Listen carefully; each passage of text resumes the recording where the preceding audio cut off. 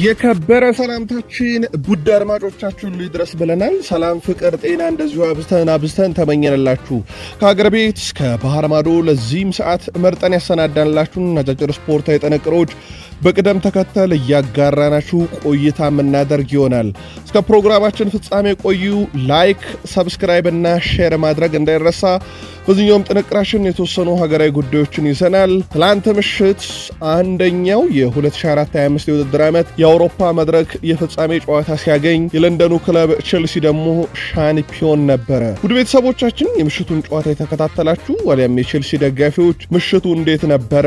በሀሳብ መስጫ ሳጥናችን ላይ ምሽታችሁ ልታጋሩን ትችላላችሁ። ጨዋታውንስ እንዴት ተከታተላችሁት? ቼልሲ እጅግ በጣም አስገራሚም አነጋጋሪም ቡድን ሆኖ ቀጥሏል። ቼልሲ ሻምፒዮን በሆነበት የዩሮፕ ሊግ የኮንፈረንስ ሊግ ጨዋታ ውድ ቤተሰቦቻችን ነሆ የአውሮፓ እግር ኳስ ማህበር ውድድር ባዘጋጀም ባሰናዳም ቁጥር ቼልሲ ከዛ መድረክ ያልተቀናጀበት የለም። ትላንትናም ዋንጫ ነሳ። ለመጀመሪያ ጊዜ በኮንፈረንስ ሊግ ዋንጫ ያንሳ እንጂ ቼልሲ ለአውሮፓ መድረክ ሁሉም ዋንጫዎች እንግዳ ቡድን እንዳልሆነ አስመስክሯል። የቼልሲ ሻምፒዮንነት ብዙ አነጋጋሪ ነገር ነበረው። ሲመሩ ነበረ በምሽቱ ጨዋታ ግን እጅ አልሰጡም። የምሽቱን ጨዋታ ድል ያደረገውን ቼልሲ በስፋት እናነሳለን። ፕሪሚየር ሊጉም ዘንድሮ አዲስ ክብረ ወሰን ያስመዘገበው ነው ቼልሲ ድል በማድረጉ ምክንያት ብቻ ነው። የቼልሲን ምሽት ስናነሳ ውድ ቤተሰቦቻችን ሪያል ቤትንም የተመለከተ ተጋጣሚ ቡድንን የተወሰነ መረጃ እናነሳለን። አዳዲስ ክብረ ወሰኖችም በዚህ ጨዋታ ላይ ተመዝግበዋል። ለቼልሲ ደጋፊዎችና ለእግር ኳስ አፍቃሪያን ይሄን መረጃ መርጠን እናደርሳለን። ሊዮኔል አንድሬስ ሜሲና ኢንተር ማያሚ ከብዙ ውጣ ውረድ በኋላ ምሽቱን ድል አድርገዋል። በሰፊ የግብ ልዩነት ሲያሸንፉ ሊዮኔል አንድሬስ ሜሲ ፍጹም የተለየ ምሽት ነበር ያሳለፈው። ሊዮኔል አንድሬስ ሜሲና ኢንተር ማያሚ ያሳለፉትን አስደናቂ ምሽት ለውድ አድማጮቻችን እንደዚሁ በስፋት የምናደርሳችሁ ይሆናል። ከተወዳጁ የእንግሊዝ ፕሪሚየር ሊግ በርከት ያሉ ዝውውሮች እየተፈጸሙ ይገኛሉ። ውድ ቤተሰቦቻችን የተጠናቀቁ ሊጠናቀቁ ከጫፍ የደረሱና ቀጥለው ሲካሄዱ የነበሩ ድርድሮች ከምን ደረሱ የሚለው እናደርሳችኋለን። በዝውውር መስኮቱ ላይ ማንቸስተር ሲቲ ያደረገው አንድ ድርጊት መነጋገሪያ ሆኗል። በርካቶች ሲቲ እጅግ በጣም ብልጥ ሆኗል እያሉ ነው። በእርግጥ ሌሎችም ክለቦች ቢሆኑ ሊያደርጉት የሚችሉት ነው። የሲቲን አስገራሚ ውሳኔ እናደርሳችኋለን። የፕሪሚየር ሊጉ ሻምፒዮን ክለብ ሊቨርፑል በዝውውር መስኮቱ ሰፋ ያለ እንቅስቃሴ እያደረገ ነው። ተጨማሪ የዝውውር መረጃ ለሊቨርፑል ደጋፊዎች እናጋራችኋለን። ከዛ በተጨማሪ ሊቨርፑሎች ዘንድሮ የተለያዩ ክብሮችን ጠራርገው እየወሰዱ ነው። ትላንትናም አንደኛውን መድረክ ሊቨርፑል አሸንፈዋል። በየትኛው መድረክ? ከ1992-93 የውድድር ዓመት በኋላ ሊቨርፑሎች ለሁለተኛ ጊዜ ነገሱበትን የምሽቱን መድረክ እንነግራችኋለን። ለሊቨርፑል ደጋፊዎች ተጨማሪ የቡድን ዜናም በዚህኛውም ጥንቅር አካተናል። በአርሰናል በኩል አርቴታ ብዙ ወቀሳ እየደረሰበት ሳምንት ላይ ነው። ሬኔ ስሌገርስ ግን ስለ ማይክል አርቴታ የምትለን ነገር አለ። ከዛ በተጨማሪ የአርሰናል ቦርድስ በማይክል አርቴታ ላይ ያለው አቋም እንዴት ያለ ነው? ለአርሰናል ደጋፊዎች እንነግራቸዋለን። ከዛ በተጨማሪ አርሰናልና ሪያል ሶሴዳድ ፍቅራቸው የጸና ነው። አራተኛውን ፈራሚ ሊያደርጉት ይችላሉ የተባለውን የሪያል ሶሴዳድ ተጫዋች እንነግራቸዋለን። ጉዳት ላይ ያሉ አርሰናል ተጫዋቾችን አትሌቲኮ ማድሪድ ተጫዋች ማምጣት በዩሊያን አልቫሬዝ በኩል ባይቻል እንኳን ሌሎችን እንያሉ ነው አርሰናሎች። የቶማስ ፓርቴን ኮንትራት ጉዳይ በተመለከተና ኦዴጋርድ ወደ ጣሊያን ሴሪ ሊሄድ የነበረበትን አጋጣሚ እንነግራችኋለን። በማንቸስተር ዩናይትድ በኩል የሚጠበቀው ማቲያስ ኩናን የተመለከተ ጥንቅር ይዘንላችኋል። ራሽፈርድና ሰዎቹ ባርሴሎና ቤት አልጠፉም። ለመሆኑ በማንቸስተር ዩናይትድ ምን አይነት ውሳኔ የተወሰነ ራሽፈርድ ላይ ተጨማሪ መረጃ ይዘንላችኋል። በማንቸስተር ዩናይትድ በኩል ከዝውውር ጋር በተያያዘ አንድ ወሳኝ ተጫዋችን መመልከት ጀምረዋል። ሩበን አሞሪም የሚሉን ነገር አለ። ለዩናይትድ ደጋፊዎች እናጋራችኋለን። ከዛ በተጨማሪ በማንቸስተር ዩናይትድ የዝውውር መረጃና ዕለታዊ ቡድን ዜናችን ዛሬም እንደተጠበቀ ነው። እንደ ሁልጊዜው እስከ ፕሮግራማችን ፍጻሜ ቆዩ። ላይክ፣ ሰብስክራይብ፣ ሼር አድርጉን። በሀሳብ መስጫ ሳጥናችን ላይ ሀሳብ አስተያየታችሁን ለምታጋሩ ውድ ቤተሰቦቻችን በሙሉ አስቀድመን ከልብ እናመሰግናለን። ዛሬም በሀሳብ መስጫ ሳጥናችን ላይ በተለይም የቼልሲ ደጋፊዎች ምሽታችሁ እንዴት ነበረ ልታጋሩን ትችላላችሁ። አጠር ያሉ ስፖርታዊ ጥንቅሮቻችንን ልክ እንደ ሁልጊዜው ዛሬም ሀገራዊ ጉዳዮችን አስቀድመን እንጀምር። በኢትዮጵያ ፕሪሚየር ሊግ 32ኛ ሳምንት መርሃ ግብሮች መደረግ ጀምረዋል። ባህር ዳር ከተማን ከአርባ ምንጭ ከተማ ያገናኘው ጨዋታ ደግሞ አንደኛው ጨዋታ ነበረ። አርባ ምንጭ ከተማ 2-0 በሆነ ውጤት ድል አድርጓል። አህመድ ሁሴን 45ኛው ደቂቃ ተጠናቋል። ቢትሩ በጨመሩ 3 ደቂቃ ከረፍት በፊት በፍጹም ቅጣት ምትና ከረፍት በኋላ 90ኛው ደቂቃ ተጠናቆም አርቢትሩ በጨመሩት 2 ደቂቃ ላይ 2 ግቦችን ለአርባ ምንጭ ከተማ በማስቆጠር ድል እንዲያደርጉ ረድቷቸዋል። የአርባ ምንጭ ከተማ የፊት መስመር ተጫዋች አህመድ ሁሴን ያስቆጠራቸው የሊግ ግብ ብዛት 13 አድርሶታል። ያለፉት 4 ጨዋታዎች ማሸነፍ ያልቻለው ባህር ዳር ከተማ ተከታታይ ሁለተኛ ሽንፈት ሆኖ ተመዝግቧል። አዞቹ ከ8 ጨዋታ በኋላ 3 ድፍን ነጥብ እንደዚሁ ያሳኩበት መርሃ ግብር ነበረ። ለማንኛውም ውጤቱን ተከትሎ ባህር ዳር ከተማ 48 ነጥብ ላይ አሁንም 3ኛ ደረጃ ነው። አርባ ምንጭ ከተማ ግን ነጥቡን ወደ 39 በማድረስ 10ኛ ደረጃ በመምጣት ከወራጅ ቀጠና ራሱን እያራቀ ይገኛል። የፊታችን ሰኞ አዳማ ከተማ ከባህር ዳር ከተማ፣ ኢትዮጵያ ቡና ከአርባ ምንጭ ከተማ በኢትዮጵያ ፕሪሚየር ሊግ 33ኛ ሳምንት መርሃ ግብር ጨዋታቸውን ያደርጋሉ። ሌላኛው መርሃ ግብር በኢትዮጵያ ፕሪሚየር ሊግ 32ኛ ሳምንት የኢትዮጵያ መድን መሪው ማለት ነው ሲዳማ ቡናን 3-0 ድል ያደረገበት ጨዋታ ነበረ። የማሸነፊያ ግቦችን አቡበከር ሳኔ፣ ወገኔ ገዛኸኝ እና ብርሃኑ በቀለ ያስቆጠሩበት ጨዋታ ማለት ነው። ኢትዮጵያ መድን ማሸነፉን ተከትሎ የሊጉን መሪነት በ9 ነጥብ ያራቀበትም አጋጣሚ ሲፈጠር ያለፉት 3 ተከታታይ ጨዋታ ያሸነፈው ሲዳማ ቡና ከ9 ጨዋታ በኋላ ደግሞ እንዳጠቃላይ ሽንፈት የገጠመበት መርሃ ግብር ነበረ። መድን 63 ነጥብ ደርሶ አንደኛ፣ ሲዳማ ቡና በ46 ነጥብ አራተኛ። የፊታችን ማክሰኞ ኢትዮጵያ መድን ከቅዱስ ጊዮርጊስ፣ ሐሙስ መቀለ ሰባ እንደርታ ከሲዳማ ቡና በኢትዮጵያ ፕሪሚየር ሊግ የ33ኛ ሳምንት እንደዚሁ መርሃ ግብራቸውን ሲያደርጉ ዛሬ ኢትዮጵያ ፕሪሚየር ሊግ በ3 ጨዋታዎች ቀጥሎ ይካሄዳል። አዳማ ከተማ ከሀዲያ ሆሳዕና፣ ወልዋሎ ዓዲግራት ዩኒቨርሲቲ ከኢትዮጵያ ቡናና ወላይታ ዲቻ ከኢትዮ ኤሌክትሪክ ጨዋታቸውን የሚያደርጉ ይሆናል። ወደ ባህር ማዶ ስፖርታዊ ጥንቅሮቻችን ደግሞ እንሻገር። ወደ ቤተሰቦቻችን ቃል ስፖርት ላይ ናችሁ። በድጋሚ መልካም ቆይታ ተመኘን። ዛሬ አንድ ጨዋታ በፈረንሳይ ምድር ይደረጋል። ተጠባቂ ጨዋታ ነው። ስታድ ዲ ሬሚስ ከሜትስ የሚያደርጉት ጨዋታ ነው። ስታድ ዲ ሬሚስ የሰሞኑ የኩፕ ደ ፍራንስ የፍጻሜ ተፋላሚ ነበር፣ ግን በፓሪስ ሰን ዠርሜን 3-0 ተሸንፈው እንግዲህ ዋንጫውን እንዳጡት ይታወቃል። ዛሬ ደግሞ በፍራንስ ሊግ ለመቆየት ሁለተኛ ዙር ጨዋታቸውን ያደርጋሉ። በሜትስ ስቴዲየም የነበረው ጨዋታ በሜ 21 የነበረው 1-1 ነው የተጠናቀቀው። ዛሬ መልሱና የፍጻሜው ጨዋታ በስታድ ዲ ሬሚስ ስቴዲየም ይካሄዳል። በድምር ውጤት አሸናፊው ቡድን በቀጣዩ ውድድር ዓመት በፍራንስ ሊግ ይሳተፋል። ስታድ ዲ ሬሚስ እንግዲህ በደረጃ ሰንጠረዡ ግርጌው ላይ ለጥቂት የተረፈ ቡድን ነው። 2 ክለቦች ሲወርዱ ስታድ ዲ ሬሚስ ወደ ጥሎ ማለፍ ተሻግሮ ዛሬ ከሜትዝ ጋር ይጫወታል። ካሸነፈ በፍራንስ ሊግ ይሳተፋል። ከተሸነፈ ደግሞ ሜትስ አዳጊ ቡድን ይሆናል ማለት ነው። ሊነጋጋ ሲል በኢትዮጵያን አቆጣጠር ኢንተር ማያሚ እጅግ በጣም ወሳኝ የሆነ ጨዋታ ከሞንቴሪል ጋር አድርጎ ነበረ። ጨዋታውን ኢንተር ማያሚ 4-2 በሆነ ውጤት ድል አድርጓል። ሊዮኔል አንድሬስ ሜሲ እጅግ በጣም አስደናቂ ምሽት ነው ያሳለፈው። ግቦቹን ለኢንተር ሚያሚ 2ቱን ሜሲ 2ቱን ሱዋሬዝ አስቆጥረዋል። 27ኛው ደቂቃ ላይ ሜሲ ከቡስኬት ያገኘውን ኳስ ያስቆጠረበት ቴክኒክ ደግሞ እጅግ በጣም አነጋጋሪ ነው።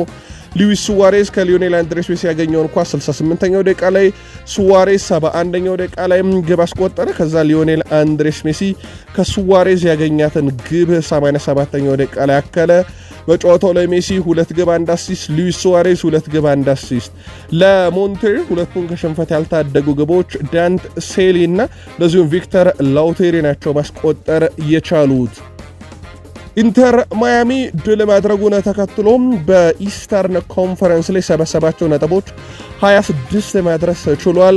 አንድ ቀሪ ተስተካካይ መርሃ ግብር አላቸው። ያንን የሚያሸንፉ ከሆነ ደግሞ ወደ 4ኛ ስፍራ ማደግ ይችላሉ ኢንተር ማያሚዎች።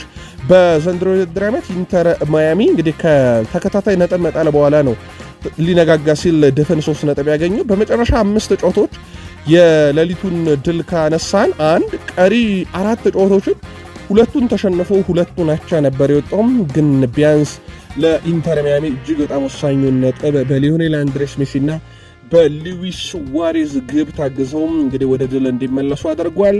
ሊዮኔል አንድሬስ ሜሲም አስደናቂ ብቃቱን በጨዋታው ላይ አሳይቶ የጨዋታውም ኮከብ ነበር። የለንደኑ ክለብ ቼልሲ ከሪያል ቤትስ ጋር ያደረገውን የኮንፈረንስ ሊግ የፍጻሜ ጨዋታ 4-1 በሆነ ውጤት ድል አድርጓል። የፍጻሜ ጨዋታ ላይ ቼልሲ 4 ግብ ሲያስቆጥር ይህ የመጀመሪያው አይደለም። የመጨረሻውን የአውሮፓ ሊግ ዋንጫም ሲያሳካ እንደዚሁ ሌላኛውን የለንደኑን ክለብ አርሰናልን 4-1 በሆነ ውጤት ነበረ። የሰማዮቹን የማሸነፊያ ግቦች ኤንዞ ፈርናንዴዝ፣ ጄይደን ሳንቾ፣ ሞይሰስ ካይሴዶ እና ኒኮላስ ጃክሰን ማስቆጠር ችሏል።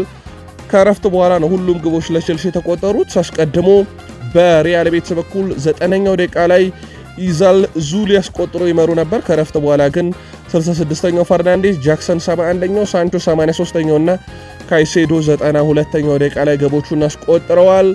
ኮል ፓልመር በጨዋታው 2 ለግብ የሚሆኑ ኳሶችን አመቻችቶ ሲያቀብል በአሰልጣኝ ኤንዞ ማሬስካ የሚመራው ቼልሲ የመጀመሪያ የአውሮፓ ኮንፈረንስ ሊግ ዋንጫን በታሪኩ አንስቷል። ቼልሲ የአውሮፓ እግር ኳስ ማህበር በክለብ ደረጃ የሚያዘጋጃቸውን ሁሉንም ዋንጫዎች ጠራርጎ ያሸነፈ ብቸኛው የምድራችን ቡድን ሲሆን ሌላም ካለ እያሉ ነው የቼልሲ ደጋፊዎች። ኮል ፓልመር የምሽቱ ጨዋታ ኮከብ ነበረ። ውድ ቤተሰቦቻችን በአጠቃላይ ለቼልሲ በጨዋታው 55 ንክኪዎችን አደረገ፣ 2 አሲስት አደረገ፣ 0.51 አሲስት ኤክስፔክትድ የነበረ አሲስት ነው በጨዋታው። ይሄ በሜዳ ክፍሉ ላይ ከነበሩ ተጫዋቾች ሁሉ ከፍተኛው ነው። ከ32 የተሳኩ ኳሶችን አቀብሏል፣ 4 የተሳኩ ድሪብሎችን ሲያደርግ ይሄም ሜዳው ላይ ትልቁ ቁጥር ነው። 5 የመሬት ላይ ግንኙነቶችን አሸንፏል፣ ይሄም ሜዳው ላይ ትልቁ ቁጥር ነው። 5.5 ደግሞ ከፍተኛ የተሰጠ 8.5 ደግሞ ከፍተኛ የተሰጠው ሬቲንግ ነው። በዚህም ኮል ፓልመር የጨዋታው ኮከብ ሆኖ እንደዚሁ የተመረጠበት ምሽት ሆኗል። በምሽቱ ጨዋታ ላይ ለቼልሲ ወሳኝ ከነበሩ ተጫዋቾች አንደኛው ነው። ኮል ፓልመር ከማርሴሎ በመቀጠልም በአውሮፓ የፍጻሜ ጨዋታ ላይ 2 አሲስቶችን ያስመዘገበም የመጀመሪያው ተጫዋች ሆኗል። ማርሴሎ ይሄን ያደረገው ሪያል ማድሪድ በነበረም የእግር ኳስ ሕይወቱ ነበረ። ትላንትና ኮል ፓልመር ይህን ያደረገ ሌላኛው ተጫዋች ሆኗል። ቼልሲ በዘንድሮ የአውሮፓ ኮንፈረንስ ሊግ ውድድር በአጠቃላይ 13 ጨዋታዎችን ያደረገዋል። ከ13ቱ 12ቱ ድል ናቸው። አንድ ጨዋታ ብቻ ነው ሽንፈት የገጠመው። በተቃራኒ መረብ ላይ 41 ግቦችን ሲያስቆጠር የተቆጠረበት ግብ ብዛት 10 ብቻ ነው። የውድድሩ ሻምፒዮን መሆን የሚገባቸው እንደሆነ ቁጥሮቹ በደንብ ያሳያሉ። ቼልሲ በታሪክ ሁሉንም የአውሮፓ ትልቅ ውድድሮች ማሸነፍ የቻለበትም ምሽት ሲሆን ሻምፒዮንስ ሊግን 2፣ የዩሮፓ ሊግን 2፣ የአውሮፓ ሱፐር ካፕን 2፣ የአውሮፓ ኮንፈረንስ ሊግ ዋንጫን ደግሞ በታሪኩ ለመጀመሪያ ጊዜ እንደዚሁ ያሳካበት አጋጣሚ ነው እንደዚሁ መፈጠር የቻለው። ኤንዞ ፈርናንዴስ ለቼልሲ በዚህ ሲዝን 14 አሲስቶችን 8 ግቦችን ሲያስቆጥር በክብር ደረጃ ደግሞ ትላንትና የኮንፈረንስ ሊግ ዋንጫን እንደዚሁ ያሳካበት ምሽት ሆኖለት አምሽቷል። ከ2002 ጀምሮ ደግሞ እስካሁን ድረስ አንድም የስፔን ቡድን በአውሮፓ የፍጻሜ ጨዋታ ከስፓኒሽ ውጪ በሆነ ቡድን ተሸንፎ ያውቀው ነበረ። ስለዚህ ቼልሲ ከ2002 በኋላ ፍጻሜ ላይ የደረሰ አንድን የስፔን ቡድን ሲያሸንፍ ይህ ለመጀመሪያ ጊዜ ሆኖ ተመዝግቦለታል ማለት ነው። የመጀመሪያው ኮንፈረንስ ሊግ አሸናፊ ሮማ፣ ሁለተኛው ዌስትሃም ዩናይትድ፣ ሶስተኛው ኦሎምፒያኮስ ሲሆን አራተኛው ቼልሲ በመሆን ሁለተኛው የእንግሊዝ ፕሪሚየር ሊግ ተሳታፊ ክለብም እንደዚሁ ሆኗል። በትላንትናው ጨዋታ ላይ ደግሞ ሞይሰስ ካይሴዶ ብዙ ኳሶችን ቀምቷል፣ ብዙ ኳሶችን ማቋረጥ ችሏል። ሜዳው ላይ ካሉ ተጫዋቾች በሙሉ ብዙ ታክል የሚወረደው ተጫዋች ነው። ካይሴዶ በሚፈለግበት ጨዋታ ሁሉ የሚደርስ ተጫዋች ሆኗል። ትላንትና ልዩ ነበረ። 92ኛው ደቂቃ ላይ ደግሞ አራተኛዋን የቡድኑን የማሸነፊያ ግብ እንደዚሁ ያስቆጠረው ተጫዋች እሱ ነበረ። በትላንትናው ጨዋታ ላይ ማርክ ኩኩሬላ ከሪያል ቤትስ ተጫዋቾች ጋር በነበረው የአንድ ለአንድ ፍልሚያ ላይ ሁሉንም ማሸነፍ ችሏል። በተለይም አንቶኒ በጨዋታው ላይ ተጽዕኖ እንዳይፈጥር በማድረግ በጨዋታው ምርጡን ነገር ያሳየም ተጫዋች ነበረ። እጅግ በጣም አስደናቂም ነበረ ማርክ ኩኩሬላ። ጣሊያናውያን ሁሉ ባሰለጠኑ ሰዓት ቼልሲ ዋንጫ ይበላል። ይሄ በጣም አስገራሚ ግጥምጥሞች ነው። በጣሊያናዊ ዜግነት ሆኖ ቼልሲን በማሰልጠን የመጀመሪያው ሰው ጉላንካ ቪላሊ ነበሩ። ዋንጫ አሳክተዋል። ካርሎ አንቾሎቲ፣ አንቶኒዮ ኮንቴ፣ ማውሪዚዮ ሳሪ፣ ሮቤርቶ ዲ ማቲዮ፣ አሁን ደግሞ ተረኛው ኤንዞ ማሬስካ ናቸው። ቼልሲና ጣሊያናውያን ቁርኝታቸው ከፍ ያለ ነው። ሲገናኙ ሁሌም ዋንጫ አለ ማለት ነው። ትላንትም ይሄን አስመልክተውናል። ማይካሎ ሙድሪክና ፍሌክስም በተመሳይ ለቼልሲ ባበረከቱት አስተዋጽኦ የዩኤፋ ካበረከተላቸው 50 ሜዳሊያ ውስጥ ሜዳሊያም እንደሚበረከትላቸው እንደዚሁ ተረጋግጧል። ቼልሲ በአጠቃላይ በዚህ ውድድር ዓመት 182 ሚሊዮን ዩሮ ወደ ካዝናቸው አስገብተዋል። በፕሪሚየር ሊጉ አራተኛ ደረጃን ይዘው ማጠናቀቃቸውን ተከትሎ 164 ሚሊዮን ዩሮ ትላንትና የኮንፈረንስ ሊግ ዋንጫን በማሸነፋቸው 22 ሚሊዮን ዩሮ በአጠቃላይ ወደ ካዝናቸው ማስገባታቸውን ሲያረጋግጡ በአጠቃላይ በድምሩ ማለት ነው ቼልሲ ወደ ካዝናው ያስገባው ብዛት ገንዘብ 182 ሚሊዮን ዩሮ ሆኗል። ስለዚህ በቀጣይ ክረምት ላይ ቼልሲ በዝውውር መስኮቱ ላይ የነቃ ተሳትፎን እንዲያደርግ የሚያስችለውን አይነት ገንዘብ ነው ገቢ የሚያገኘው። ቼልሲ የመጀመሪያውን የአውሮፓ መድረክ 2012 ላይ እና እንደዚሁም የአውሮፓ ሻምፒዮንስ ሊግን በድጋሜ 2021 ላይ ካሳካ በኋላ የአውሮፓ ሊግን 2013 እና 2019 ላይ ትላንትና ኮንፈረንስ ሊግን 2025 ላይ እንደዚሁ ማሳካት የቻለበት ምሽት ሆኗል ማለት ነው።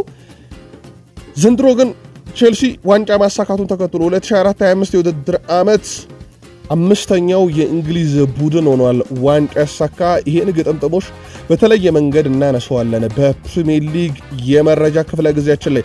የቼልሲን የተወሰኑ መረጃዎች በጨዋታው ላይ ከሁስኮር ቁጥራዊ መረጃውን ወስደን እንመልከት። ሪያል ቤቲስ በጨዋታው 1 ግብ ሲያስቆጠር ቼልሲ 4 ግብን ያስቆጠረው። ግብ ሊሆኑ የሚችሉ ኳሶችን በመሞከር ቼልሲ 1.31 ነው። ኦልሞስት ቼልሲ በጨዋታው 1 ግብ ብቻ ነበር ሊያገኝ የሚችለው ግን 4 አግኝቷል። ሪያል ቤቲስ 1 ግብ ነበር ሊያገኝ የሚችለው እሷንም አስቆጥሯታል። በሙከራ ደረጃ ሪያል ቤቲስ 13 ቼልሲ 11 ኢላማውን የጠበቀ ሲሆን ግን ቼልሲ 7 ሪያል ቤቲስ 3። በኳስ ቁጥጥር ቼልሲ 66 በመቶ ኳስ ሲቆጣጠሩ ሪያል ቤቲስ በጨዋታው 34 በመቶ ብቻ ነው ኳስ የመቆጣጠር ንጻሬ የነበራቸው። ከዚህ በኋላ ነው እንግዲህ ቼልሲ የእንግሊዝ ፕሪሚየር ሊግ ተሳታፊ ክለብ ሆኖ በአውሮፓ መድረክ በኮንፈረንስ ሊግ ለሁለተኛ ጊዜ የነገሰ ቡድን ሲሆን በአውሮፓ መድረክ ግን ሁሉንም የአውሮፓ እግር ኳስ ማህበር ያዘጋጃቸውን ዋንጫዎች ጠራርጎ ማሸነፉን ያረጋገጠው። በድጋሜ ለቼልሲ ደጋፊዎች እንኳን ደስ ያላችሁ። ስለ ምሽታችሁና ስለ ክለባችሁ ግን ሐሳባችሁን አጋሩን። በዚሁ የቼልሲን የተወሰኑ መረጃዎች እናጠቃልና ወደ ሌሎች መረጃዎች እንሻገር።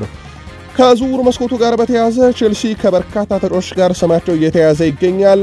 አሁን ደግሞ የአስቶን ቪላውን እጅግ በጣም አስደናቂውን ተጫዋች ለማስፈረም ቼልሲዎችም ተቀላቅሏል። ሞርጋን ሮጀርስን 90 ሚሊዮን ዩሮ በአስቶን ቪላ በኩል እዚህ ዝውውር ላይ ተለጥፎበታል። ቼልሲዎች የተጫዋቹ ፈላጊ ሆነው አሁንም ቀጥለዋል። ሌላኛው ቼልሲዎች ሌላ አስደናቂ ተጫዋች ከላዚዮ ለማምጣት ፍላጎት እንዳላቸው ተረጋግጧል። የላዚዮን ተከላካይ ማሪዮን ለማምጣት ነው ፍላጎት ያላቸው። በላዚዮ በኩል ለዚህ ተጫዋች ደግሞ 35 ሚሊዮን ዩሮ ተለጥፎበታል። ቼልሲዎች ሌላ ከሚፈልጉት ተጫዋች አንደኛው ነው። አስደሳቹ መረጃ ለቼልሲ ትላንትና ከሊያም ዴላፕ ተወካዮች ጋር እጅግ በጣም ጠንከር ያለ ድርድር ካደረገው በኋላ ተጫዋቹ በተለይም ለአውሮፓ ሻምፒዮንስ ሊግ መሳተፍ ካለው ፍላጎት አንጻር ለቼልሲ እንዲጫወት የማሳመኑን ስራ ትላንትና በተገቢ ሁኔታ እንዳጠናቀቁ ነው መረጃዎች እየወጡ የሚገኙት።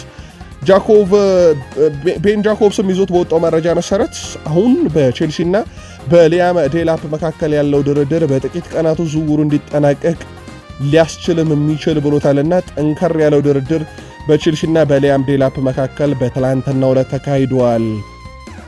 በቼልሲ በኩል ሶኒያ ቦምባስተር ለመጀመሪያ ጊዜ ቼልሲን ባሰለጠነችበት ዓመት በሊጉ ሁሉንም ዋንጫዎች ጠራርጎ ወስዷል። ቡድኗ የእንግሊዝ ፕሪሚየር ሊግ ሻምፒዮን ሲሆኑ ደግሞ ሽንፈት የሚባል ነገር አልገጠማቸውም። በአውሮፓ ሻምፒዮንስ ሊግ ደግሞ በባርሴሎና እስኪሸነፉ ድረስ የግማሽ ፍጻሜ ተፋላሚ ቡድን አድርገውም ነበረ። በትላንትናው ዕለት የእንግሊዝ ፕሪሚየር ሊግ የሴቶቹ የዓመቱ ምርጥ አሰልጣኝ ተብላ ተመርጣለች። ውድ ቤተሰቦቻችን የእንግሊዝ ፕሪሚየር ሊግ መረጃችንን ከማንሳታችን በፊት የሌሎችን ክለቦች አንድ ተጨማሪ መረጃ እናንሳችሁና ወደ ተወዳጁ የእንግሊዝ ፕሪሚየር ሊግ መረጃ እንሻገር። ኤስ ሚላኖች አዲሱን አሰልጣኛቸውን በማፈላለግ ላይ ይገኛሉ። ቱቶ መርካቶ ይዞት በወጣው መረጃ መሰረት ኤስ ሚላኖች በቃል ደረጃ ማሲሚሊያኖ አሌግሪን አዲሱ አሰልጣኝ ለማድረግ ከስምነት ደርሰዋል። እናም የመጀመሪያ ምርጫቸውም እሳቸው እንደሆኑ እየተዘገበ ይገኛል። ኤስ ሚላኖች ትላንትና ጥብቅ ድርድር አድርገው ነው አሰልጣኙን ማሳመናቸው እየተዘገበ የሚገኘው። ቀጣይ ስራዎች ይሰራሉ። በቃል ደረጃ አሌግሪ አዲሱ ኤስ ሚላን አሰልጣኝ ለመሆን ስምምነትም አላቸው እየተባለ ይገኛል። ቃል ስፖርት ዩቲዩብ ቻናላችን ላይ ትገኛላችሁ። ከሀገር ቤት እስከ ባህር ማዶ የተመራረጡ ስፖርታዊ ጥንቅሮችን እያስደመጥናችሁ እንገኛለን።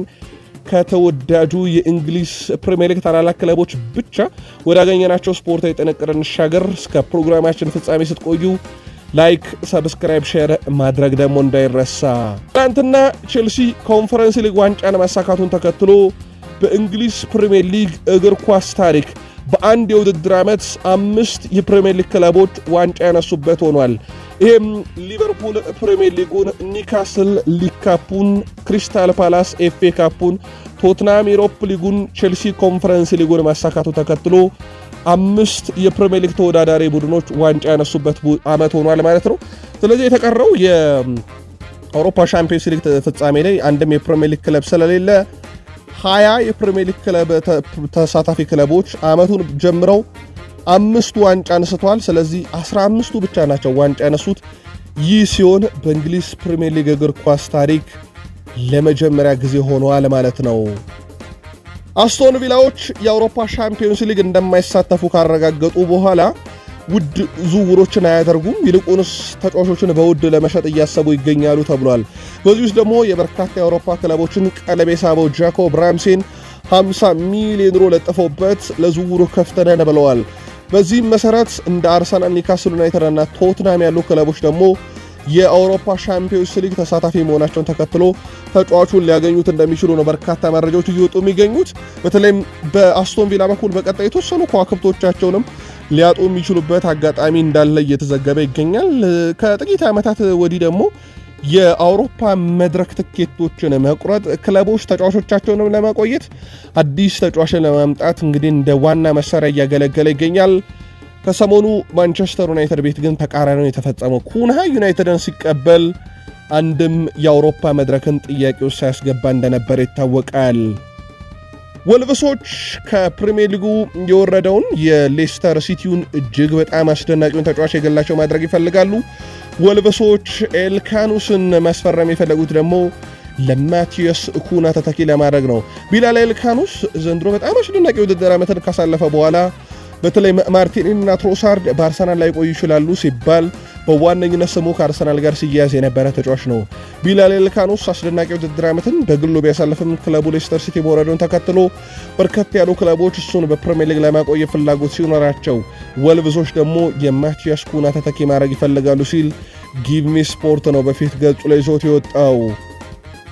ቶትናም ሆትስፐርሶች በክረምት ከአርቢ ሌይፕዚግ ጋር በይፋ እንደሚለያይ ያስታወቀውን ዣቪ ሲሞንስን የግላቸው ለማድረግ ጥረት ማድረግ ጀምረዋል። ተጫዋቹ ላይ ፍላጎት አላቸው። ዘንድሮ የአንጌ ፖስቴኮግሉ ቡድን የአውሮፓ ሻምፒዮንስ ሊግ ትኬት መቁረጡን ተከትሎ በዝውውር መስኮቱ ላይ ሰፋ ያለ እንቅስቃሴን ያደርጋል ተብሎ ይጠበቃል። ከሌሮይ ሳኔ ጋር ስማቸው ሲያያዝ ነበር። አሁን ደግሞ የአርቢ ሌይፕዚጉን አስደናቂ ተጫዋች ዣቪ ሲሞንስን የግላቸው ለማድረግ ፍላጎት እንዳላቸውና በቀጣይ ስራዎችንም እንደሚሰሩ ነው ሚረር ስፖርት ያስነበበው። ማንቸስተር ሲቲ አንድ አነጋጋሪ ድርጊትን ፈጽመዋል። በጥር ወደ ቡድኑ ያመጡት አብዱልካድር ኮሳኖቭ ላይ ያደረጉት ነገር ነው በጣም አነጋጋሪ ሆነው። ማንቸስተር ሲቲዎች አብዱልካድር ኮሳኖቭን በዚህ ውድድር ዓመት በጥር ካመጡት ጊዜ ጀምሮ በአጠቃላይ በድምር ለሲቲ 10 ጨዋታዎችን ካደረገ ሲቲ ለአርሲ ሎንስ ለእናት ክለቡ ለነበረው ማለት ነው ቀድሞ ተጨማሪ 5 ሚሊዮን ዩሮ ክፍያ ይጠበቅበት ነበር በውሉ መሰረት። ነገር ግን ማንቸስተር ሲቲዎች ልክ 9ኛ ጨዋታውን ሲያደርግ ከቡድን ስብስብ ውጭ ያደረጉት፣ ስለዚህ 10ኛ ጨዋታ አላደረገም። ስለዚህም ማንቸስተር ሲቲ 5 ሚሊዮን ዩሮ አትርፏል። እጅግ በጣም አነጋጋሪ ነው። ከዚህ በፊት ሌሎችም ክለቦች ይህንን ቴክኒክ ሲጠቀሙት ነበረ። ማንቸስተር ሲቲም ይህንን ነገር አድርጎት ካዝናው ላይ 5 ሚሊዮን ዩሮ አትርፏል። ስለዚህ በቀጣይ ክረምት ላይ በጀቱ ላይ የሚጨመር ይሆናል። የሲቲን ብልጠት በርካቶች መነጋገር ያደርገውታል። አርቢ ሌይፕዚጉ የተከላካይ ስፍራ ተጫዋች ካስቴሎ ሉክባ የበርካታ ክለቦችን ቀለብ የሳበ ሌላኛው ተጫዋች ነው። በዚህ ክረምትም ትልቅ ክለብ መዳረሻ ይሆናል ተብሎ ይጠበቃል። ታዲያ በቀጣዩ ውድድር ዓመት በየትኛውም የአውሮፓ መድረክ የማይሳተፈው ሌይፕዚግ ተጫዋቾችን የማጣት ስጋት ሲኖርበት፣ ካስቶላ ሉክባም ከዚህ ቀደም የሪያል ማድሪድ ተፈላጊ ተጫዋች ነበር። አሁን ደግሞ የፕሪሚየር ሊጉ ሻምፒዮን ሊቨርፑል የዚህ ተጫዋች ፈላጊ ሆነው ብቅ ብለዋል። በቀጣይ ተጫዋቹን ማግኘት በሚቻልበት ሂደት ላይ ሊቨርፑሎች ስራዎችን ይሰራሉ ሲል ደግሞ በፊት ገጹ ላይ ይዞት የወጣው ቲም ቶክ ነው። ሊቨርፑሎች የዘንድሮ የውድድር ዓመት ላይ እንግዲህ ካዝናቸው አበጥ ብሏል። ፕሪሚየር ሊጉ ሻምፒዮን እንደነበሩ ይታወቃልና በርከት ያሉ ዝውውሮችንም በቀጣይ ያረጋሉ ተብሎ ይጠበቃል። ፕሪሚየር ሊጉ በአዲስ ስያሜና ይዘት ከተመለሰ በኋላ 1992-93 የውድድር ዓመት አንስቶ ማለት ነው በሊጉ የውድድር ዓመት ምርጥ አሰልጣኞችን በተመለከተ የዘንድሮ የውድድር ዓመት አርኔ ስሎት ሆነዋል። በሊቨርፑል እንግዲህ ሻምፒዮን በሆነበት 2019-20 እና ሻምፒዮን ባልሆኑበት 2021-22 የውድድር ዓመት ላይ የሊቨርፑል አሰልጣኝ የርገን ክሎፕ ባለክብር ከሆኑና የዓመቱ ምርጥ አሰልጣኝ ከተባሉ በኋላ አርኔ ስሎት በሊቨርፑል ለሶስተኛ አጋጣሚ በሊቨርፑል ታሪክ ደግሞ ሁለተኛው አሰልጣኝ ሆነው ተመርጠዋል። ዘንድሮ ደግሞ ሻምፒዮን ናቸው ሊቨርፑሎችና አስቀድሞም ሲጠበቅ ነበረ። ስለዚህ አርኔ ስሎት የእንግሊዝ ፕሪሚየር ሊግ የዓመቱ ምርጥ አሰልጣኝ ተብለው ተሸልመዋል ማለት ነው። በዚህ መሰረት ሊቨርፑሎች እንደ ቡድን የፕሪሚየር ሊጉን ዋንጫ ከመውሰድ በተጨማሪ ዘንድሮ ሁሉንም የግል ክብሮችን ጠራርገው ወስደዋል። አርኔ ስሎት የዓመቱ ምርጥ አሰልጣኝ፣ ሪያን ግራቨንበርች የዓመቱ ምርጥ ወጣት ተጫዋች፣ ሳላህ የዓመቱ ምርጥ ተጫዋች ተብለው ቀዮቹ በየዘርፉ ያለውን ሁሉ ጠራርገው የወሰዱበት ዓመት ሆነዋል። ቨርጅል ቫንዳይክ ሆላንዳዊ ተጫዋች የሊቨርፑልን ዋንጫ ከፍ አድርጎ የሳመው ተጫዋች ነው። በአለን ሃንሰን በሻምፒዮንሺፕ ቀን ዋንጫው እንዲሰጠኝ ሐሳቡ የኔ ነበር ብሏል። እሁድ በነበረው ስነ ስርዓት ላይ ታዋቂው አለን ሃንሰን እንዲገኝ ማድረግ የኔዘርላንድ ተከላካይ ሐሳብ እንደነበረም ተረጋግጧል። የቀድሞ ስኮትላንድ ተከላካይ በደጋፊ ፊት የሊጉን ዋንጫ ያነሳ የመጨረሻው የክለቡ ካፒቴን ነበረ። በኮቪድ ጊዜ እንግዲህ ከደጋፊ ጋር ሆኖ አላነሳም ሄንደርሰን ዋንጫውን ሲያነሳ ሊቨርፑልም እንደ ቡድን። ስለዚህ የመጨረሻው አምበል የነበረው አለን ሃንሰን ነበረ። ለዛ ነበረ ቨርጅል ቫንዳይክ እንዲገኝ የፈለገው። ዋንጫውን የሚሰጠኝ እሱ እንደሆነ በጣም ቆርጬ ነበረ። ይህን ሐሳብ አቅርብ ያለው እናም በመሳካቱ ደስተኛ ነኝ። በቅርብ ዓመታት አብሬው ብዙ የሰራሁት ማርክና ጆ ኦኮም እንዲሁ ፋውንዴሽን ውስጥ ያሉ ማለት ነው ዋንጫውን ማምጣት በመቻላቸው ደስተኛ ነኝ። አለን በክለቡ ታሪክ ውስጥ ካሉ ምርጥ የማል ተከላካዮች አንዱ እንደነበረ አውቃለሁ። ከዚህ በፊት አግኝቼው ነበረ እናም ትንሽ ተጨዋውተን ነበረ። ባለፈው ዓመት ታመመ። ደስተኛ ነኝ አሁን በጥሩ ሁኔታ ላይ በማገገሙና ከዛ ህመሙ ስለተሻለው ዋንጫውን ካነሳውና እንደዚሁም ጥቂት ፎቶግራፎችን ከተነሳው በኋላ እዛ እንዲሆን ፈልጌ ነበረም። እሱ ቀድሞኑ ወደዚህ ክለብ ብዙ ነገር ያደረገ በክለቡም ታሪካዊ ሽሬ ሰው ነው። እንግዲህ የመጨረሻው የሊቨርፑል ተጫዋች ነበረ ደጋፊ ፊት ዋንጫ ያነሳ አለን ሃንሰን። ለሁለተኛ ጊዜ ደግሞ በቨርጅል ቫንዳይክ ግብዣ ዋንጫው እንዲያበረክት ሆነዋል።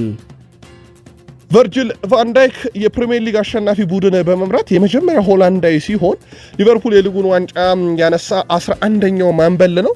እንደ ጆርዳን ኤንደርሰን፣ ሃንሰን ራሳቸው፣ ግራም ሱነስ፣ ፊል ቶምሰን፣ ኤሚሊን ሂውዝ፣ ቶም ስሚዝ፣ ሮያን ያትስ፣ ዊሊ ፋጋን፣ ዶናልድ ማክኒል እንዲሁም አሌክስ የተባሉ የቀድሞ ካፒቴኖች ይጠቀሳሉ። በዚህ ውስጥ ቫንዳይክ ስለ ሳላ ሐሳቡን አንስቷል። የእሱ ቁጥሮች ዘንድሮ አስደናቂ ነበሩ። ሳላ ምርጥ ተጫዋች ነው። እኔና ሳላ ለተጨማሪ 2 ዓመታት ውል በመፈረማችን በጣም ደስተኛ ነኝ። አሁንም በቡድን ውስጥ ብዙ ነገሮችን መጨመር እንደምንችል ይሰማኛል። ሳላ አስደናቂ ውድድር ዓመትን አሳልፏል። ክብር ይገባዋል። የባላንዶር አሸናፊ ከሆነ ማንም ሊከራከርም አይችልም ብለዋል። ዘንድሮ ሊቨርፑሎች ብዙ ነገር በዋንጫ ደረጃ በክብር ያሳኩበት ነው። ምናልባት አብረን ወደ ፓሪስ ሄደን ባሎንዶርን ለሱም ማስረክበው ነው ይሆናለሁ ብሏል ቨርጅል ቫንዳይክ። ዘንድሮ ሊቨርፑል እንደዚህ አይነት ስኬታማ ዓመትን ነበር ያሳለፈው። ዋታሩ ኢንዶ በሚቀጥለው የውድድር ዘመን በሊቨርፑል የምቆይ ይመስለኛል። ለሊቨርፑል የምትጫወትበት እድል ባገኝ ያንንም እጠቀማለሁ ብሏል። በድጋሚ እንግዲህ ወደ ሌሎች ክለቦች ከመሄድ ይልቅ ሊቨርፑል ውስጥ መቆየት የምችልበትን የትኛውንም አጋጣሚ ለመጠቀም እጥራለሁ። በክለቡ የመቆየት ፍላጎት አለኝ ብለዋል። ሊቨርፑል በዚህ ክረምት የሚያወጣው ወጪ አጠቃላይ እስከ 300 ሚሊዮን ፓውንድ ይጠጋል ተብሎ ይታሰባል። ነገር ግን 300 ሚሊዮን ፓውንድ የሚያወጣው እንዳጠቃላይ ከሽያጭም ጭምር እንጂ ከካዝና ሁላ ገንዘብ ማውጣት አይችልም ሊቨርፑል ከወጪና ገቢ አንጻር። ስለሆነም ሊቨርፑል በቀጣይ ለገበያ የሚያቀርባቸው የተወሰኑ ተጫዋቾች ይኖራሉ ተብሎ ይጠበቃል። ስለዚህ አጠቃላይ የሊቨርፑል በጀት 300 ሚሊዮን ዩሮ አካባቢ እንደሚሆን ነው ሚረር ስፖርት ያስነበበው።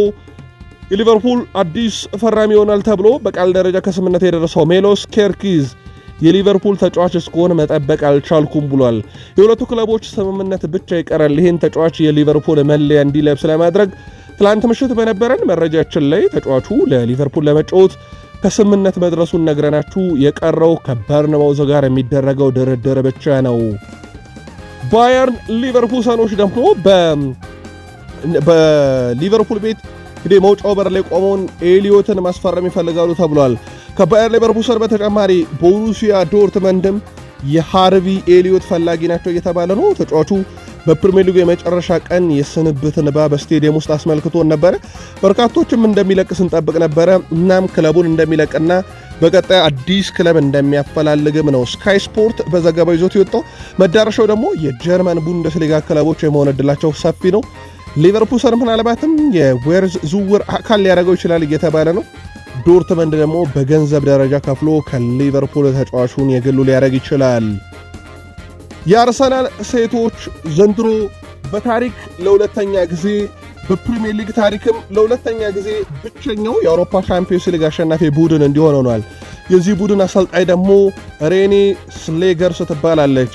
ከሻምፒዮንስ ሊጉ ድል በኋላ ማይክል አርቴታ መልእክት ልኮልኛል ስትል ሐሳቧን ገልጻለች። እናም እንዲህ አይነት ግንኙነት በክለቡ ስላለንና አንድነት ስለሚሰማን በጣም እኮራለሁ። ከማይክል አርቴታ ለደረሰን ማበረታቻ እጅግ በጣም አድርገን እናመሰግናለን። ቀጣይ ውድድር ዓመትም አርሰናል በሌሎችም መድረክ ሻምፒዮን እንዲሆን እናረጋለን ብላለች። የመጀመሪያውን ዋንጫ አርሰናል በሴቶች 2008-7 አካባቢ ሲያመጡ የታዳጊ ቡድን ተጫዋች የነበረችው እንስት ሬኔ ስሌገርስ በዚህ ሳምንት መጨረሻ ደግሞ የአውሮፓ ሻምፒዮንስ ሊግን ከአርሰናል ሴቶች ጋር በአሰልጣኝነት ማሳካቷ ይታወቃል። ማይክል አርቴታ ላይ ጣቶች እየተቀሰሩ ነው። ትላንትና የቴሪ ዳሌን ሆነሪን በሰበር ያደረስናችሁ የአርሰናል አብዛኞቹ ደጋፊዎችም በሀሳብ መስጫ ሳጥናችን ላይ መልእክታችሁን ስታጋሩ ነበረ። ለመሆኑ ቦርዱ በማይክል አርቴታ ላይ ያለው አቋም ምንድን ነው የሚለውን ገነርስ ብሎግ አስነብበዋል። ማይክል አርቴታን በተመለከተ ከአርሰናል ቦርድ ምንም አይነት ጫና የለም ይላል መረጃው። እሱ አሁንም በክለቡ ውስጥ ታማኝ ሰው ሆኖ ይቀጥላል። የክለቡ አሰልጣኝ ሆኖ ይቀጥላል። የአርሰናል ቦርድም በማይክል አርቴታ ላይ እምነታቸው አልተሸረሸረም። ስለሆነም ቀጣይ ዓመት ላይ ቡድኑ ዋንጫ እንዲያነሳ የሚያግዙ ዝውውሮችን ማድረግ እንጂ የታቀደው ማይክል አርቴታን ስለመቀየርም ስለማባረርም ስለማንሳትም በአርሰናል ቦርድ ውስጥ የለም። አሁንም የአርሰናል ቦርድ እምነቱ በማይክል አርቴታ ላይ የጸና ነው ይላል መረጃው። በእርግጥ ከአርሰናል ቦርድም ከማይክል አርቴታም ከስንብት ጋር የተያዘ አንድም መረጃ የለም። ከውጭ ያሉ እንግዲህ የአርሰናል ደጋፊዎች ሌጀንዶች ናቸው ተቃውሟቸውን ማሰማት የጀመሩት። አርሰናል ከሪያል ሶሴዳድ ተጫዋች ሲያስፈርም የማርቲን ዙቤሜንዲ የመጀመሪያው አይደለም ውድ ቤተሰቦቻችን። ሜሪኒዮ ኦዴጋርድ የሪያል ሶሴዳድ ውጤት ናቸው። አሁን ደግሞ ከማርቲን ዙቤሜንዲ በመቀጠል ሌሎች የሪያል ሶሴዳድ ተጫዋቾችን ሲመለከቱ አስደናቂውን ተጫዋች ኩቦን እየተመለከቱት ነው ተብሏል። ኩቦ እንግዲህ ወኪል ከሰሞኑ ቀይሯል። እናም ወደ አውሮፓም ትልቅ ክለቦች መሸጋገር ይፈልጋል እየተባለ ነው። ስሙ ዳግም ከአርሰናል ጋር መነሳት ጀምሯል። የዚህም የውል ማፍረሻ ልክ እንደ ዙቤሜንዲ ሁሉ 60 ሚሊዮን ዩሮ ነው። አርሰናል ምን ያህል ጥረት ያደርጋል የሚለው ይጠበቃል። ግን አርሰናል ይህን ተጫዋች የሚያመጣው ማርቲኔሊ አሊያም ትሮሳርድ ቦታውን ለቀው የሚሄዱ ከሆነ ብቻ ነው። ጋብርኤል ማጋሌሽና ዩሊያን ቲምበር ጉዳት ላይ እንዳሉ ይታወቃል። በጥሩ ሁኔታ እያገገሙ መሆኑ ትላንትና ተዘግቧል። እናም ተጫዋቾቹ በተባለውም ጊዜ ቀድመው ወደ ሜዳ ሊመለሱ ይችላሉ። በዚህም መሰረት ከተጠበቀው ጊዜ በላይ ቀድመው ከመጡ ለቅድመ ውድድር ቡድኑን ይቀላቀላሉ ተብሎ ይታሰባል። ሁለቱም ተጫዋቾች ለሚቀጥለው የውድድር ዓመት መጀመሪያ ወይም እንግዲህ ከታሰበው ጊዜ ከቀደሙ ደግሞ ለቅድመ ውድድር ዝግጁ ሆነው ከአርሰናል ቡድን ጋር ይጓዛሉ ተብሎ ይታሰባል። ዘንድሮ በአርሰናል ጥንካሬ ውስጥ ማጋሌሽን በትልቁ ልናነሳ እንችላለን። ቲምበር እንኳን አብዛኛውን ጨዋታ በጉዳት እያመለጠው ነው። ቀጣይ ውድድር ዓመትም ለአርሰናል በብቃት ያገለግላል ሳይሆን ጥያቄው ያለ ጉዳት ያገለግላል የሚል ነው። የቀድሞ የቼልሲ ተጫዋች ቶር አንድሬ አርሰናል ቤት አሁንም ያጥቂ ችግሩን ለመቅረፍ በርካታ እድሎች አሉት ይላል። በተለይም ዩሊያን አልቫሬስ ትክክለኛ አማራጭ ቢሆንም ነገር ግን አትሌቲኮ ማድሪድ እሱን እንደማይለቅ ካስታወቀ በኋላ ሌላኛውን የአትሌቲኮ ማድሪድ አስደናቂ አጥቂ አርሰናል ሊመለከት ይገባል ብሏል። ይህ ቀድሞ ቼልሲ ተጫዋች አሌክሳንደር ሶሎሮትን ነው ያለው። እሱም ሶሎሮት ከትልቅ የፕሪሚየር ሊግ ክለቦች በአንዱ ማየት እፈልጋለሁ ያለው የቼልሲ ቀድሞ ተጫዋች እሱን በፕሪሚየር ሊግ ብናየው ጥሩ ነበር። እሱ በጣም ጥሩ እየሰራ ነው፣ ግን እንደ ተጫዋች በፕሪሚየር ሊግ ውስጥ ቢጫወት የበለጠ ይፈተናል። ለአርሰናል መጫወት ከቻለ ግን ለሱ ጥሩ ይመስለኛል። የአርሰናል አጫወት ለሱ ሊሆን ይችላልና አርሰናሎች በገበያው ላይ ካሉ አማራጮች ውስጥ አጥቂ የማስፈረም ግዴታ አለባቸው ብሎ የሚያምነው የቀድሞ የቼልሲ ተጫዋች ቶር አድሬ አሁን ማስፈረም ካለባቸው ውስጥ አሌክሳንደር ሶሎሮትን እመክራለሁ ብሏል። አርሰናል ከበርካታ አጥቂ ጋር ስሙ እየተያዘ ነው። በርካቶች በሀሳብ መስጫ ሳጥናችን ላይ አርሰናልና ተጫዋቾች ስማቸው ሲያያዝ ከአርሰን ቬንገር ዘመንም ጀምሮ የነበረ ግን ሌሎች ክለቦች ናቸው እነኛን የሚያስፈርሙትና በክለባችን በዚህ እንበሳጫለን የሚሉ በርከት ያሉ አርሰናል ደጋፊዎች በሀሳብ መስጫ ሳጥናችን ላይ ሀሳባቸውን ሲያሰፍሩልን ነበር። ከቶማስ ፓርቴ ጋር በተያያዘ ድርድሩ እንደቀጠለ ነው። ከአርሰናል እንግዲህ ለመረጃው ቅርብ ነን የሚሉ አንዳንድ የዜና ምንጮች ቶማስ ፓርቴና በአርሰናል መካከል የቃል ስምምነት አለ የሚሉ መረጃዎችን እየወጡ ነው። አርሰናልም ይሁን የቶማስ ፓርቴ ወገን ግን በዚህ ጉዳይ ላይ ያሉት ነገር የለም። በእርግጥ ከዚህ መረጃ ተጨባጭ ነገር ልንረዳ የምንችለው ፓርቴም ማይከል አርቴታም ሁለቱም አብረው መስራት ይፈልጋሉ። አርሰናል ደግሞ ከጥቅማ ጥቅም ጋር በተያያዘ ጥቅሙን ማስቀደም ይፈልጋልና እንደ ቡድን ከአርሰናል ጋር እየተደረገ ያለው ድርድር ቀጥሏል። በቃል ደረጃ ግን ስምምነቱ አለ እየተባለ ነው። የአርሰናል ስፖርቲንግ ዳይሬክተር አንድሪያ ቤርታ ከሆነ በኋላ ከቀረቡለት ጥያቄዎች ውስጥ አንደኛው ኦዴጋርድን አርሰናል ለሽያጭ ያቀርበዋል የሚል ነው። በዚህ መሰረት በአንድሪያ ቤርታ በኩል ንግግር ያደረጉ ሁለት ክለቦች ናቸው። ኢንተር ሚላን እና ባየር ሙኒክ እስከ 70 ሚሊዮን ፓውንድ የማቅረብ ፍላጎት ነበራቸው ተብሏል። አርሰናል ኦዴጋርድን የመሸጥ ፍላጎት ስላልነበረው እንጂ ኦዴጋርድን በ70 ሚሊዮን ፓውንድ ቢሸጡ ኖሮ በቀጥታ ምርጫቸው የነበረውም በአርሰናል ቦርድ በኩል ፍሎሪያን ዌርዝ ነው። ዌርዝ ወደ ሊቨርፑል ብቻ ነው ማመራው አለ። አርሰናሎችም ኦዴጋርድን ለገበያ እንደማያቀርቡት አረጋገጡ። ኢንተር ሚላንና ሙኒክ ግን ምናልባትም ከቅርብ ጊዜ ወዲህ በአርሰናል ደጋፊዎች ዘንድ ተቃውሞ ሲቀርብበት የነበረው ኦዴጋርድ ለገበያ ከቀረበ ሲሉ አንድሪያ ቤርታን አነጋግረው እንደነበረ ነው መረጃዎች ወጡት። በአርሰናል በኩል ግን ኦዴጋርድ በፍጹም ለገበያ እንደማይቀርብ ተነግሯቸዋል። ማቲያስ ኩንሃ በቀጣይ እንግዲህ ማንቸስተር ዩናይትድ ተጫዋች ሆኖ የመጀመሪያው ፈራሚም ይሆናል ተብሎ የሚጠበቀው ተጫዋች ነው። በነገራችን ላይ ጁን 1 እየተጠበቀ ነው። በቀጣይ ሳምንት የሕክምና ምርመራውን ያደርጋል። ይህ ዝውውር ኦልሞስት 100% የተጠናቀቀ ነው። ማቲያስ ኩና ብራዚላዊ ተጫዋች ነው። ከዚህ በፊት 2022-23 እና 2017-18 የውድድር ዓመት ሮቤርቶ ፌርሚኖ በሊቨርፑል፣ ጋብሪኤል ማርቲኔሊ በአርሰናል ካስቆጠሩት 15 ግብ በኋላ ዘንድሮ በእንግሊዝ ፕሪሚየር ሊግ 15 ግብ ያስቆጠረ ብቸኛው ብራዚላዊ ተጫዋች እንደሆነ ይታወቃል። ስለሆነም ይህን ሪካርድ ከያዙ 3 ተጫዋቾች ውስጥ እናገኘዋለን። ይህ ተጫዋች ነው እንግዲህ ለማንቸስተር ዩናይትድ የሚፈርመው። በማንቸስተር ዩናይትድ በኩል እዚህ ተጫዋች መምጣት በብዙ መንገድ ቡድኑን ሊያነቃቃና ሊያሻሽል ይችላል እየተባለ ነው። በተለይም ከፍጹም ቅጣት ምት መምቻ ሳጥን ውጪ ግብ የማስቆጠር ክህሎቱ ዘንድሮም 15 ግብ ብቻ አይደለም በርከት ያሉ አሲስቶችን በፕሪሚየር ሊጉ ማድረጉ በማንቸስተር ዩናይትድ ከሚጮቱ የዘንድሮ አንድም ተጫዋች እንግዲህ በሱ ደረጃ የግብ አስተዋጽኦ የለውምና በፕሪሚየር ሊጉ በጣም ወሳኙ ሲሆናል ተብሎ ይጠበቃል። በዚህ ሳምንት ቅዳሜ እሁድ ጀምሮ የሕክምና ምርመራውን በማንቸስተር ዩናይትድ ካሪንግተን ተገኝቶ ሊያደርግ ይችላል። የዩናይትድ ሰዎች ከሩበን አሞሪም ጋር ለመነጋገር ቀጠሮ ይዘዋል። የማንቸስተር ዩናይትድ ባለስልጣናት ወይም ቦርዱን በዚህ ሳምንት መጨረሻ በማርከስ ራሽፎርድ የወደፊት ዕጣ ፈንታ ዙሪያ ከአሰልጣኝ ሩበን አሞሪም ጋር ለመነጋገር ነው ቀጠሮ ያዙት። የማንቸስተር ዩናይትድ ሰዎች እንግሊዛዊ መስመር አጥቂ በአስቶን ቪላ ቤት ተወስዶት በነበረበት ቆይታ ባሳየው ድንቅ እንቅስቃሴ ሳቢያ ወደ ክለቡ እንዲመለስ ወይንስ ቢሸጥ ያዋጣል በሚለው ጉዳይ ነው ውይይት የሚያደርጉት። በተጨማሪም ሌላ የክንፍ ተጫዋች በክረምት ከማስፈረም ይልቅ ተጫዋቹ ወደ ክለቡ በመመለስ አንደኛ የክንፍ ስፍራን ተጫዋች ይዞ መጫወት የሚችልበትም አማራጭ ካለ ከሩበን አሞሪም ጋር ይመክሩበታል ተብሏል። ፖርቹጋል አሰልጣኝ በበኩላቸው ከማርከስ ራሽፎርድ ጋር ዳግም በአብሮነት የመስራት ፍላጎት እንደሌላቸው በተደጋጋሚ ሲገልጹ ነበረ። ምናልባት የዩናይትድ ሰዎች ራሳቸውን ከውጪ ለመቆጠብ ሲሉ ራሽፎርድ እንዲቆይ ቢፈልጉም የሩበን አሞሪም ግን ፍላጎት አይደለም እየተባለ ነው። ትላንትና አይግረማችሁ ብሎ ማርከስ ራሽፎርድ በማህበራዊ ትስስር ገጹ ከክለብ ባርሴሎናን ከተጫዋች ላሚን ያማልን መከተል ጀምሯል። ይህም ሲሆን በዚህ ውድድር ዓመት ለመጀመሪያ ጊዜ ነው። ማንቸስተር ዩናይትዶች አንድሬ ኦናናን በክረምት ገዢ ካገኙ ለመሸጥ ክፍት እንደሆኑ ይታወቃል። ታዲያ ማንቸስተር ዩናይትዶች አማራጮችን እየተመለከቱ ይገኛሉ። በርካታ አማራጮችን እያዩ ነው። እንግሊዛዊን ጄምስ ትራፎርድን የአንድሬ ኦናና ተከታኪ ለማድረግ እንደዚሁ ፍላጎት አላቸው። በበርንሌይ አስደናቂ ጊዜን እያሳለፈ ይገኛል። በተጫዋቹ በኩል በእርግጥ በማንቸስተር ዩናይትድ ተፈለገ እንጂ ዘንድሮ አምና በአርሰናል በጥብቅ ሲፈለግ የነበረ ግብ ጠባቂ ነው። ዘንድሮም ከበርካታ የአውሮፓ ትልቅ ክለቦች ጋር ስሙ እየተያዘ ነው። አሁን ደግሞ የማንቸስተር ዩናይትድ መለማዮች ጄምስ ትራፎርድን መመልከት ጀምረዋል። የአንድሬ ኦናና ተተኪ እንዲሆንላቸው ሩበን አሞሪም ትላንትና ቡድናቸው ከተሸነፈ በኋላ በርካታ ሀሳቦችን አንስተዋል። አንደኛው ታዳጊዎችን መውደዳቸውና መደነቃቸውን ገልጸዋል። ታዳጊዎችን ወድጃለሁ፣ ከኳስ ጋር በጣም ጥሩ ነበሩ፣ የቻሉትን ሞክረዋል፣ ለእኔ ይህንን ማየቴ በጣም አስደስቶኛል ብለዋል።